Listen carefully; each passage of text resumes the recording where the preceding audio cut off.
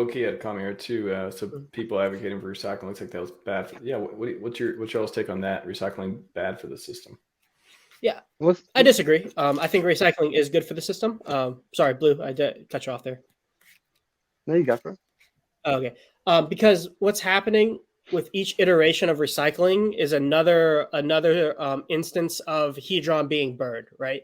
So Icosa is kind of eating a negative externality of Hedron.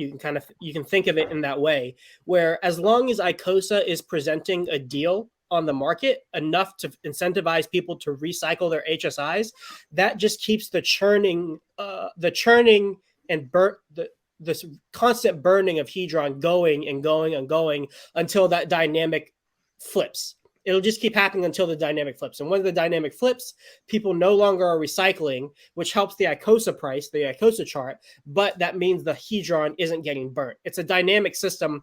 It's a dynamic system where one is taking some beating, is taking a beating, but the other one is benefiting. And that's kind of how they were created to work together.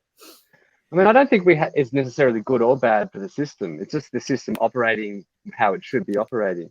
And what we see at the moment is is there still like 5,000 stakes that haven't been. So there's like, what we've seen is that people haven't gone berserk just starting the auctions. Now there's about 50 auctions at the moment. And so that makes it easier to track them. And if you do want to, and so there's still a ton that haven't been sent there. And so a good tactic might be, if you do one you want, maybe start 3 or 4 of them that are similar at the same time, so that if there's a few people online who are going for them when you're going for them, like, you'll all get one, or someone will suck up some of that Hedron cost, whatever.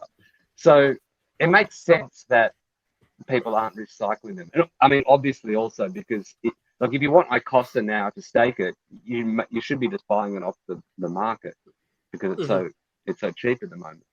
Yep. And it's still collecting that great APY. So, it's like, it's not a short-term play, any of this.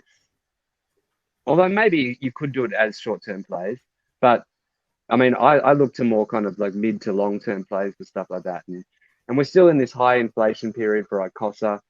That's going to drop off a cliff at some point.